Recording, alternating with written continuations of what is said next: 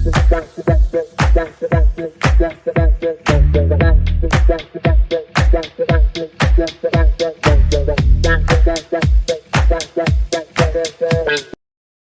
everyone, and welcome back for another deep dive. Today we're digging into an essay called How I Make Money. I think this is going to be a really interesting one because, a lot of you are always asking about different ways to boost your income and kind of build a better financial future. And this essay, well, it does a great job of balancing those traditional methods, the stuff we all know, with some pretty innovative modern strategies. Yeah, it's a really cool read. It really dives into how to build wealth in today's world. It doesn't shy away from the complexities at all. I mean, it acknowledges the importance of having that solid foundation, right? Mm-hmm. But it also really stresses that to really hit those financial goals, you got to adapt and diversify. Absolutely. And the essay actually starts off talking about, traditional employment. I mean, it makes sense. It's usually that first step on our financial journey. You get that steady paycheck, maybe some benefits. Right. Provides that stability and security. Yeah. But the author is quick to point out that just relying on a job, might not cut it, especially if you're looking to really grow your income or build long-term wealth. Exactly. Because while that traditional job is great for stability, your earning potential, it often hits a ceiling. So to achieve true financial freedom, the essay argues that you got to explore multiple income streams, both the traditional ones and the modern ones. Okay, so then where do we go? Beyond the 9 to 5, that is. Well, the essay dives into this whole world of freelancing and consulting, leveraging your skills and expertise, making extra money. And it's incredible how many opportunities are out there, like writing, graphic design, digital marketing. You can even do business consulting. And the essay highlights just how accessible all this is. Yeah. You've got platforms like Upwork, Fiverr, LinkedIn. They make connecting with clients and, really showcasing your talents easier than ever. And the flexibility is a huge plus, right? Setting your own rates, picking projects you actually find interesting, and scaling your workload to, fit your goals. You're basically building your own mini empire. Yeah. Taking ownership of your earning potential, creating that work-life balance that suits your needs. But the essay, it doesn't stop there. It moves on to explore investing, which can be super powerful for building long-term wealth. Yeah, investing can feel a little intimidating, but the essay does a great job of breaking it all down. It talks about, stocks, bonds, and other securities as ways to generate two kinds of income. You have capital gains, where the value of your investments increases over time, and then dividends, those regular payments companies make to their shareholders. So imagine you buy a share of a company for, let's say, $100. And over 5 years, it grows to $200. Boom, capital appreciation. And on top of that, some companies, they give a portion of their profits back to the shareholders as dividends. So it's like getting paid just for owning a piece of the company. That's wild. Your money is actually working for you. But I guess no investment is risk-free, right? And that's where diversification comes in. You got it. Diversification. It's like the golden rule. It's how you manage that risk and squeeze out the best returns. So the essay tells investors, build a diversified portfolio. Spread those investments across different asset classes, industries, even different parts of the world. Don't put all your eggs in one basket, right? Makes sense.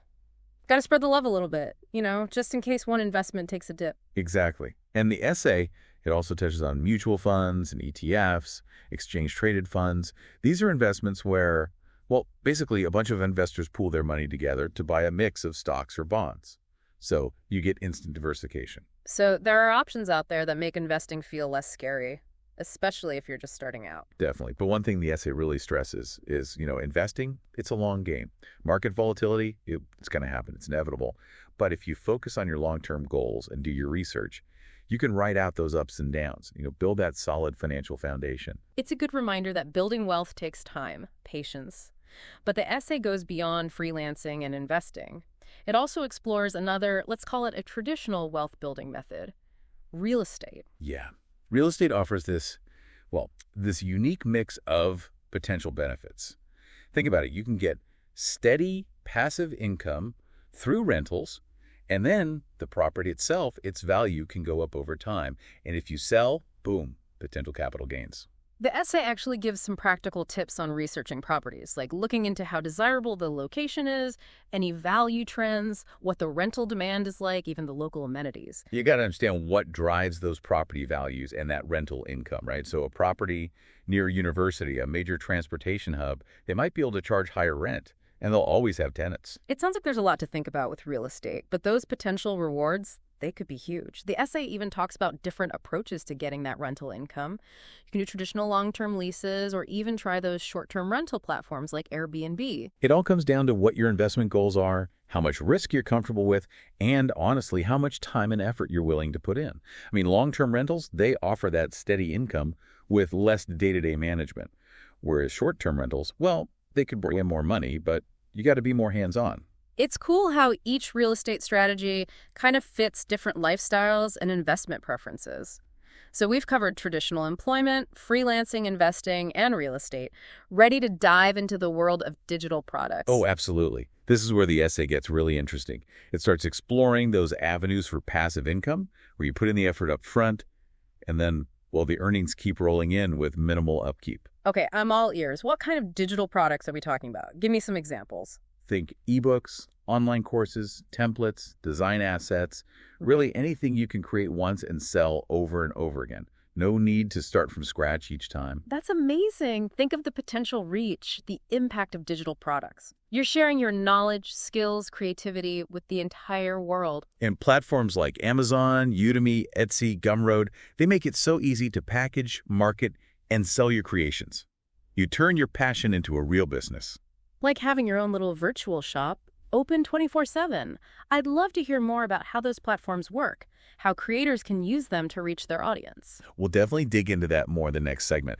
But before we move on, got to touch on another cool concept the essay explores: affiliate marketing. Affiliate marketing. Okay, now that sounds intriguing. Tell me more. How does it work? Basically, you team up with companies and promote their products or services. You get these unique links, and when someone buys through your link, you earn a commission. So you're like a brand ambassador, an influencer, but you're directly driving sales and getting rewarded for it. Exactly. And the great thing about affiliate marketing, it fits seamlessly into your existing content, like blog posts, social media updates, even email newsletters. Makes total sense. If you're already making content your audience loves, why not sprinkle in some relevant product recommendations? Earn a little extra on the side. Right. And with programs like Amazon, ClickBank, ShareASale, you got tons of options. You can find products that totally match your niche and what your audience is into. It's amazing how the essay connects all these different methods. It shows how they can all work together, create this multifaceted approach to making money. It's not about picking just one path. It's about using your unique skills and interests to build something bigger. Couldn't agree more. The essay, it pushes us to think outside the box. Embrace both traditional and modern approaches. Create your own personalized financial roadmap, one that leads to stability and growth. Well, we've covered a lot of ground in this first segment. We talked about everything from traditional employment to freelancing, investing, real estate, digital products, even affiliate marketing. I'm feeling pretty inspired, ready to explore some of these avenues myself. And that's just the beginning. In the next part, we'll dive even deeper into e-commerce and the gig economy. We'll explore how these platforms and trends are changing how we think about work and making money. I can't wait. So stay tuned, everyone. We're about to take an even deeper dive into this fascinating world of making money in today's world. All right, welcome back, everyone. I'm really excited about this next section because it's all about these super innovative ways to make money. We're living in the digital age and we got to take advantage of it, right? We were just talking about digital products and affiliate marketing, but now let's shift gears a bit. Let's talk e-commerce. It seems like everyone's selling stuff online these days, and this essay really highlights how easy it's become to get in on the action. It's true. It's way easier to start an online business these days than it used to be. I mean, think about it. Platforms like eBay, Etsy, Shopify, they've given so much power to individuals. You can build a brand, reach customers all over the globe. It really opens up a world of possibilities. Right. I mean, you could be selling handmade crafts on Etsy, or maybe vintage stuff on eBay, or you could even launch your own custom merchandise line through Shopify. And each platform, it's got its own, personality. It attracts a certain type of seller. Like Etsy, they're known for those handmade and vintage goods, while Shopify, it's more about building your own fully customized online store. So you got to do your research right, find the platform that really fits what you're selling and who you're selling it to. But honestly, what excites me most about e-commerce is the control you have as a seller. I mean, you set your prices, you manage your inventory, you even get to decide how to handle orders. It's perfect for anyone who wants to be their own boss. build a business that reflects them. And sure, there's work involved in setting up an online shop and, running it. But the payoff, the potential, it can be huge. You're essentially building an asset that can generate income for years and years. It's like planting a seed and watching it grow into this, like, money tree, right? But beyond, building your online empire, the essay points out another trend that's changing how we think about work: the gig economy. Yeah. The gig economy, it's all about flexibility, right? It's short-term gigs, freelance projects, on-demand services.